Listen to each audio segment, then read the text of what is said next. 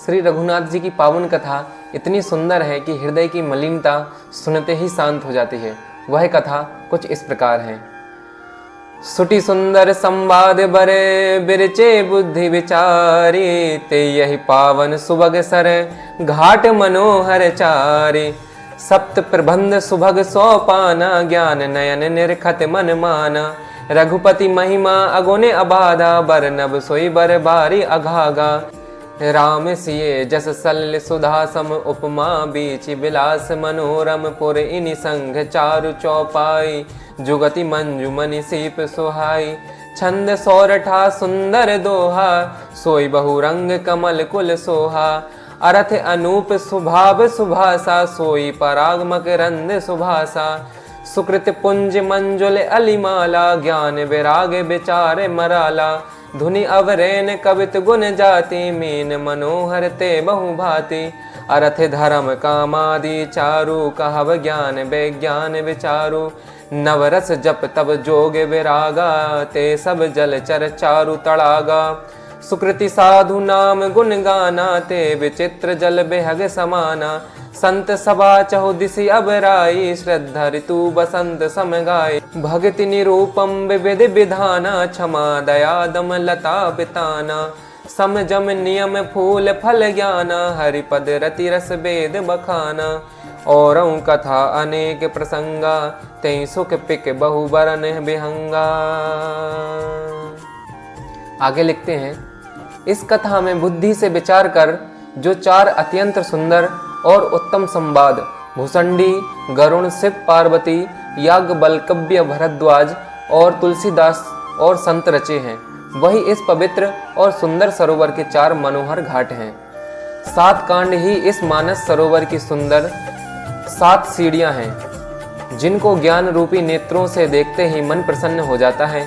श्री रघुनाथ जी की निर्गुण प्रकृति गुणों से अतीत है और निर्बाध एक रस महिमा का जो वर्णन किया जाएगा, वही इस सुंदर जल की अथाह गहराई है। श्री रामचंद्र जी और श्री सीता जी का यश अमृत के समान जल है। इसमें जो उपमाएं दी गई हैं, वही तरंगों का मनोहर विलास है। सुंदर चौपाइयां ही इसमें घनी फैली हुई पुर इन कमलिनी है और कविताओं की युक्ति सुंदर मणि है। मोती उत्पन्न करने वाली सुहावनी सीपियां हैं। जो सुंदर छंद, सोरठे और दोहे हैं, वह इसमें बहुरंगे कमलों के समूह सुशोभित हैं। अनुपम अर्थ, ऊंचे भाव और सुंदर भाषा ही पराग, पुष्पराज, मकरंद, पुष्परस और सुगंध हैं। सत्कर्म पुण्यों के पुंज भौरों की सुंदर पक्तियां हैं। ज्ञान, वैराग्य और विचार हंस हैं। कविता की ध्वनि, वक्रोक्ति, गुण और जाति ही अनेकों प्रकार की मनोहर मछलियां हैं। अर्थ, धर्म, काम, मोक्ष, ये चारों ज्ञान विज्ञान का विचार के कहना काव्य के 9 रस, जप तप योग और वैराग्य के प्रसंग, ये सब इस सरोवर के सुंदर जलचर जीव हैं। सुकृति पुण्यात्मा जनों के, साधुओं के और श्री राम नाम के गुणों का गान ही विचित्र जल पक्षियों के समान है। संतों की सभा ही इस सरोवर के चारों ओर की अमराई आम की बगीचियां हैं और श्रद्धा वसंत ऋतु के समान कही गई हैं।